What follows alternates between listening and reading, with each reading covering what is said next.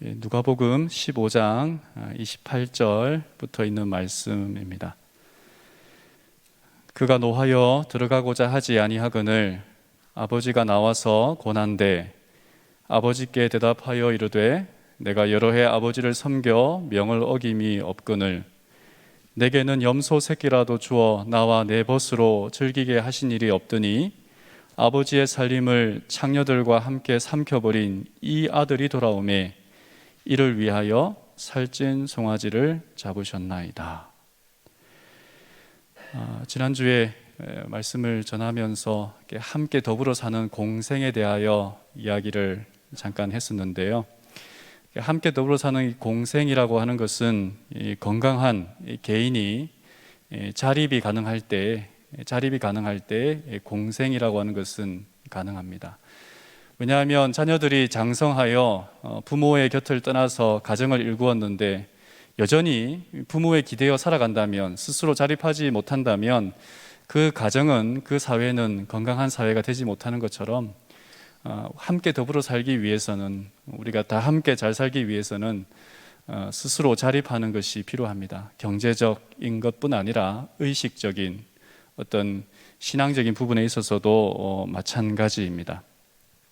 근데 그리스도인에게 자립이라고 하는 것은 내가 무언가를 이렇게 특히 신앙적인 면에 있어서 내가 무언가를 잘 하겠다, 혹은 내가 스스로 무언가를 할 수 있다라고 하는 것이 아니라 그리스도와 함께, 그리스도 안에서 내가 날마다 죽고 내가 아닌 그리스도와 함께 할 때의 자립이라고 하는 것이 또 가능합니다. 그래서 역설적인 논리지만 그리스도인들에게는 희생과 겸손이라고 하는 것이 함께 할 때에 자립이 가능하겠다 생각이 드는데요.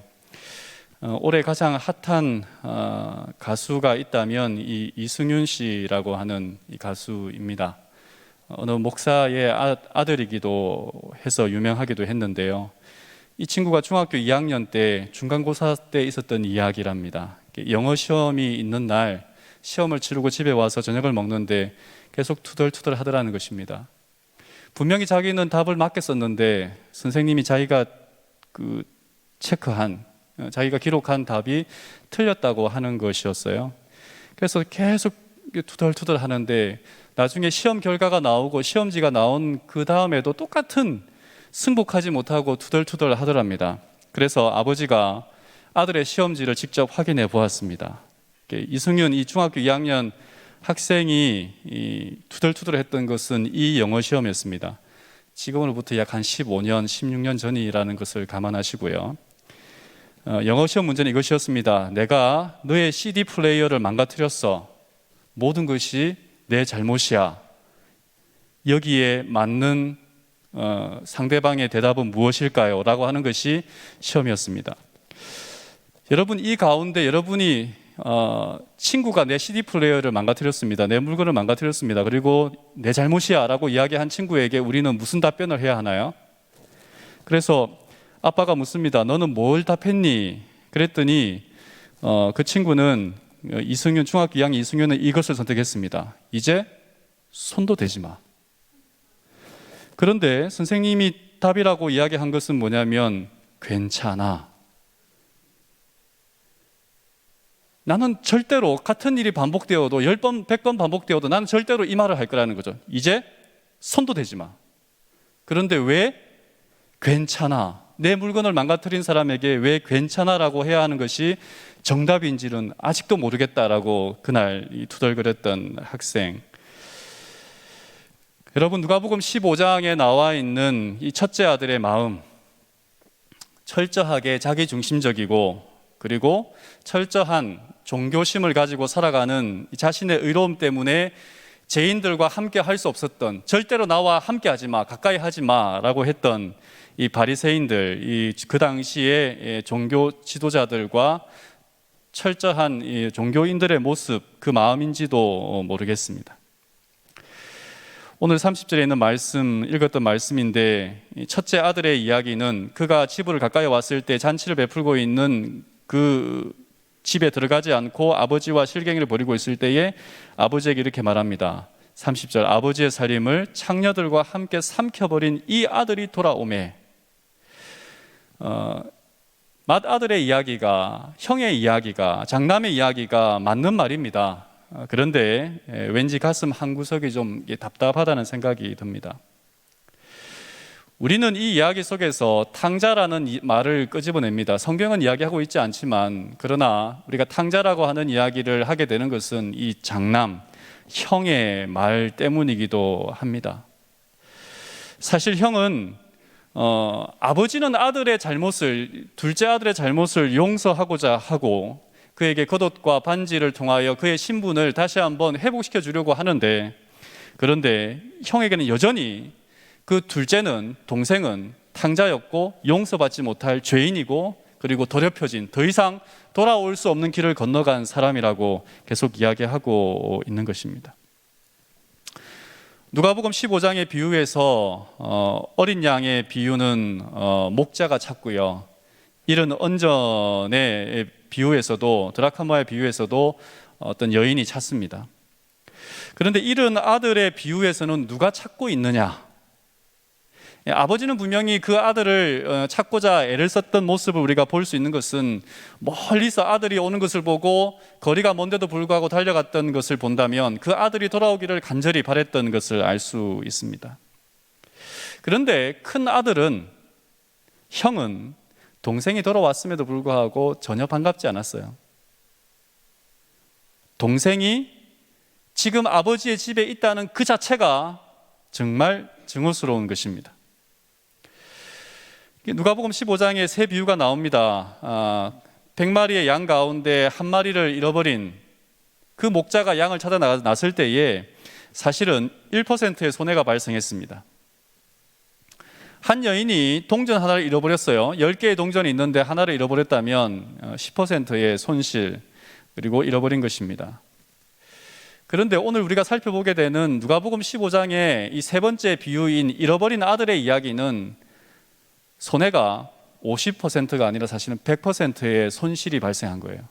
왜냐하면 집 나간 아들과 집에 있지만 잃어버린 아들, 아니 몸은 집에 있으나 마음은 집 나간 이 아들에 대한 이야기가 있기 때문에 그렇습니다.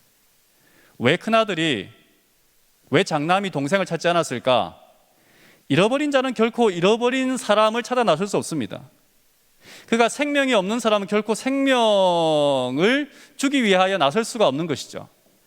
몸은 집에 있었으나 그의 아들은 죽은 자의, 잃어버린 자의 삶을 살았기 때문에 그렇습니다. 동생에 대하여 형이 30절에 있는 말씀처럼 이렇게 이야기한 것은, 어쩌면 심리학자의 말을 빌려본다면 그 스스로가, 이렇게 그가 단정하여 말할 수 있었던 것은 뭐냐면, 그 스스로가 그러한 삶을 살고 싶었는지도 모르겠습니다. 그러나 꼭꼭 누르면서 그가 하지 못했던 일을 동생이 하였기 때문에 그가 화가 났는지도 모르겠어요. 그도 일탈하고 싶었던 것일 수도 있겠죠. 실물교훈에 보면 이 형의 마음을 이렇게 이야기합니다. 맏아들은 이기심과 질투심에 사로잡혀 그의 동생의 모든 행동을 비평하고 조그마한 결점에 대하여 비난하고자 늘 엿보고 있었다. 그는 동생의 잘못을 하나하나 찾아내어 할 수 있는 대로 그것을 이용하고자 했다. 그리하여 그는 자기의 용서하지 않는 정신을 변명하려 했다. 이기심과 질투심. 렘브란트의 그림입니다. 16세기 빛의 화가라고 하는 렘브란트가 이 탕자의 귀환에 대한 것을 그리면서 아버지를 이렇게 맹인으로 그렸습니다. 그리고 돌아온 작은 아들은 이 대머리의 또 거지의 모습으로 그렸습니다. 그 옆에 서 있는, 맨 오른쪽에 서 있는 그 사람은 아마 형일 것입니다. 그런데 이 형을 보면 아무런 표정이 없어요. 아무런 표정이 없어요. 저는 이 그림을 보면서 아무런 표정 없이 바라보는 아버지와 아들의 재회 속에서 죄의 용서를 받고 있는 이 아들의 모습을 바라보면서, 저런 죄인이, 저런 나쁜 짓을 한 아이가, 동생이 용서를 받는다고? 내가 얼마나 고생했는데. 여러분, 어쩌면 우리는 교회 밖에 있는 둘째들을 향하여 교회 안에 있는 첫째들이 손가락질하는 경우도 있는지 모르겠습니다. 교회 안에 있는 첫째가 교회 안에 있지만 몸은 그리고 마음은 조금 우리가 볼 때에 밖에 있는 듯해 보이는 이 둘째들을 향하여 손가락질 하는지도 모르겠습니다. 이 가나안 교인, 거꾸로 하면 안 나간다라고 하는 말인데 지금으로부터 약 50년 전에도 이미 이 이야기는 있었습니다. 함석헌 선생이 쓴 이 글에 보면 그 당시 70년대에도 이미 이 가나안 교인, 안 나가는 교인에 대한 부분이 있었어요. 왜 교회를 사람들이 나가는가? 왜 사람들이 나갔던 교인들이 안 들어오는가? 그것은 결국은 사람 때문이라고 이야기를 하거든요. 사람 때문에. 교회 안에 있는 첫째들 때문에 너무나 견고해서, 너무나 자기의 의가, 너무나 자기 중심적으로 살아가는 사람들 때문에 교회를 나가는 사람들이 있다. 그리고 그 사람들 때문에 안 돌아오겠다. 사랑이 없는 것은 참 공허합니다. 그래서 이런 말이 있죠. 덜 논리적이고 더 사랑하라라고 하는 말이 있습니다. 때로는 논리적인 것보다 좀 허술해도, 논리적이지 않아도 사랑하는 것이 더 필요한 때가 있는지 모르겠습니다. 만약에 동생이 돌아왔습니다. 집에 돌아왔는데 집에 돌아온 그 순간 아버지가 아닌 형이 있었다면, 둘째가 자신의 잘못을 회개하고 돌아왔는데 그때 아버지가 없고 형이 있었다면 동생은 집에 들어갈 수 있었을까요? 없었을까요? 제 생각에는 없었을 것 같아요. 아버지가 그때 없었다면 형 때문에 동생은 다시 그 집을 뛰쳐나갔고 다시는 그 집을 향하여 돌아올 마음도 생각도 하지 않았을지도 모르겠습니다. 언젠가 한번 그 교회에 전도회를 갔는데 그 전도회 첫째 날에 교회 교인들이 대판 싸웠습니다. 구도자들이 몇 명 와 있었는데 전도회가 끝나자마자 그 구도자들을 데려다 주는 문제로 옥신각신하더니 결국은 두 분이 대판 싸우셨어요. 그 전도회 기간 내에 아무런 구도자도 오지 않았습니다. 여러분, 우리가 좀 고민해 보아야 할 말입니다. 사실 집 나간 아들도 회개해야 했지만 집에 있는 아들도 회개가 필요했습니다. 형도 회개가 필요했습니다.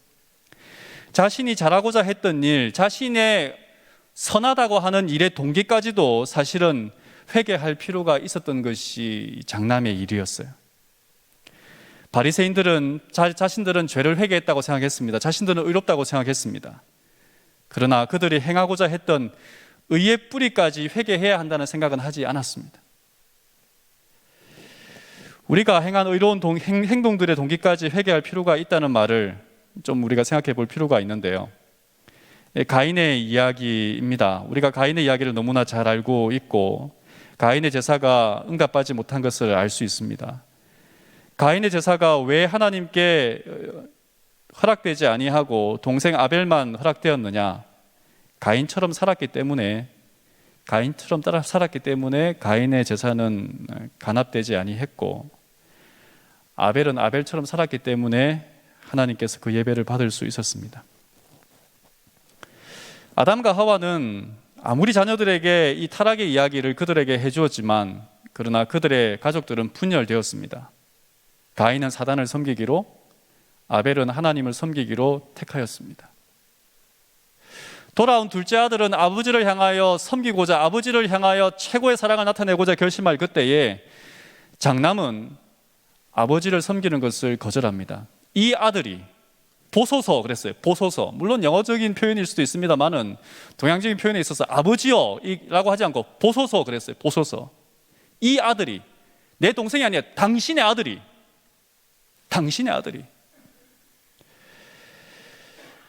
그래서 이 교회 증언에 보면 내 아우가 어디 있느냐라고 하는 부분에 대하여 이렇게 엘렌 화이트는 이야기합니다. 그대는 아우를 지키는 자이다. 그대는 그대의 아우를 주의 깊이 돌봐야 하며 그의 복리에, 행복에 관심을 갖고 그에 대하여 친절하고 부드러운 정신을 품어야 한다. 우리는 아우를 지키는 자들이다. 그런데 우리는 늘 이렇게 말하죠. 가인처럼. 내가 아우를 지키는 사람입니까? 저 하나 살기도 벅찬데요? 저 하나 믿음 생활하기도 힘든데요? 제 가족 건사하기도 힘든데요? 형이 돌아와서 집으로 왔을 때에 이렇게 이야기하죠. 그가 노하여 들어가고자 하지 아니하거늘. 그런데 아버지가 뭐라고 하냐면 그 장남에게 권한대 그랬어요. 권한대. 미완료 시제입니다. 시정하다, 사정하다, 빌다, 구걸하다. 제발 좀 집에 들어가자고. 제발 좀 동생과 함께 화해하라고. 제발 좀 이 상황을 인정하라고, 용납하라고, 이해하라고. 끊임없이 한 번만 말하는 것이 아니라 아버지가 계속해서 이 장남에게 이야기를 하고 있는 것입니다. 이것이 아버지가 빌어야 할 문제인가요? 집 나간 동생이 들어왔는데 그 동생과 함께 잔치를 벌이자고, 그 동생을 이해해달라고, 그 동생을 용서하자고 아버지가 지금 장남에게 빌어야 하는 문제인가요? 어쩌면 오늘 이 시대에 우리가 하나님께서 우리를 향하여 끊임없이 호소하고 있는지도 모르겠습니다. 좀 사랑하라고, 좀 이해하라고. 이해할 수 없으면 그냥 이 상황 속에서 그 사람을 저주하지는 말라고. 자신의 동생을 형제라고 생각하지 않는 형, 무엇이 문제일까? 2005년 7월 29일 날 필리핀 마닐라 타임스에 이 김재윤이라고 하는 당시 아테네오 대 마닐라 대학생이었던 이 김재윤 씨가 쓴 에세이가 수필이 그 마닐라 타임즈에 소개된 적이 있었습니다. 왜 필리핀은 이렇게 힘들게 살아가고 있는가라고 하는 이 부분에 대한 것이었는데요. 그 내용 중에 이렇게 시작을 합니다. 필리핀인들은 늘 부정부패에 대해 불평을 늘어놓는다. 그러나 필리핀의 진짜 문제에 대해 국민들이 제대로 생각해 본 적이 있는가? 그렇지 않다는 것이 나의 생각이다. 진짜 문제는 애국심의 부족이라는 것이 내 생각이다. 이 내용 중에 여러 가지 내용들이 있습니다만은 진짜 문제는 딱 한 구절만 떼어놓고 보면 진짜 문제는 애국심의 부족이다. 애국이라고 하는 것을 어떤 사람은 뭐라고 했냐면 감사하는 마음이라고 그러더라고요. 감사하는 마음. 조국에 대하여 감사하는 마음. 이 민족이, 이 조상들이 이 문화를 이끌기 위하여, 이 경제를 일궈내기 위하여 얼마나 수고하고 고생했을지에 대한 감사하는 마음이 애국이다. 그렇다면 오늘 우리가 이 땅에 수많은 문제들이 있고 사람들에게 교회가 사람들과의 관계 속에서 가정에서 문제가 있지만 그 문제들 가운데에서 어쩌면 우리가 장남으로서 첫째 아들로서 둘째 아들을 동생들을 계속 이렇게 터부시하고 밀어내는 것은 무엇이 없어서? 애국심이 부족해서, 감사함이 부족해서. 여러분, 아버지에 대한 감사가 없었던 장남은 동생이 돌아온 것이 못마땅했습니다. 다른 말로 말하면 감사가 없다는 것은 사랑이 없다는 말입니다. 아버지와 동생이 자기가 생각하는 것, 자기가 원하는 것보다 더 가치가 없다는 것을 이야기하는 것이죠. 그래서 요한일서는 아들을 부인하는 자에게는 또한 아버지가 없으되 아들을 시인하는 자에게는 아버지도 있느니라 이야기를 하고 있습니다. 예수 그리스도를 부인하는 자는, 아들을 부인하는 자는 아버지를 부인하는 것이다. 다른 말로 말하면 아들을 인정하는 것은, 예수님을 인정하는 것은 아버지를 인정하는 것이다. 왜 그렇습니까? 아버지와 아들은 하나거든요. 연결되어 있거든요. 그래서 여러분 창세기에 보면 야곱이 그의 아들 요셉이 죽었다라고 하는 것을 알게 되었을 때, 그리고 그것에 대하여 그의 아들들이 바로에게 설명할 때 이렇게, 요셉에게 설명할 때 이렇게 말합니다. 총리에게 설명할 때, 아버지의 생명과 아이의 생명이 서로 하나로 묶여 있거늘. 여러분, 자녀가 아픈데 왜 부모가 정말 칼로 찢는 듯이 가슴이 아플까요? 부모와 자식은 하나로 연결되어 있기 때문에 그렇습니다. 아버지를 정말 사랑한다면, 첫째가 정말 아버지를 사랑한다면, 첫째가 정말 아버지를 존경한다면, 첫째가 정말 아버지에 대한 감사하는 마음이 있다면 그 동생이 싫어도 아버지에 대해서 그렇게 말하면 안 되는 거예요. 아니, 그 아버지를 봐서라도 누구에 대하여 그렇게 하면 안 되는 거예요. 동생에 대하여, 아무리 동생이 잘못했다고 할지라도 그렇게 하면 안 되는 거예요. 그럼 철저하게 동생을 외면합니다. 그래서 실물교훈에는 이렇게 이야기하고 있어요. 맏아들은 노하여 들어가기를 즐겨 아니하였다. 성경절이죠. 그 다음 이 형은, 맏아들은 잃어버린 동생에 대한 자기 부친의 염려를 나누지도 아니하고 그가 돌아오기를 기다리지도 않았다. 그러므로 그는 아버지처럼 잃었던 동생이 돌아온 것을 기뻐하지도 않았다. 기뻐하는 노랫소리는 그의 마음에 아무런 즐거움을 주지 못했다. 아버지의 걱정을 나누지도 않고, 그리고 잃었던 동생이 돌아온 것을 뭐 하지도 않고요? 기뻐하지도 않고. 상상해 보기를 저는 아버지 때문에 집을 나간 것이 아니라 이 형 때문에 집을 나가지도 않았을까 싶은 생각이 들어요. 동생이 집 나간 이유를. 여러 가지 이유가 있겠습니다만 생각해 본다면 그렇다는 것입니다. 여러분, 99 더하기 1은 100이랍니다. 너무나 잘 아는 내용이죠. 근데 100 빼기 1은, 100 마이너스 1은 99가 아니라 제로라고 해요. 무슨 말일까요?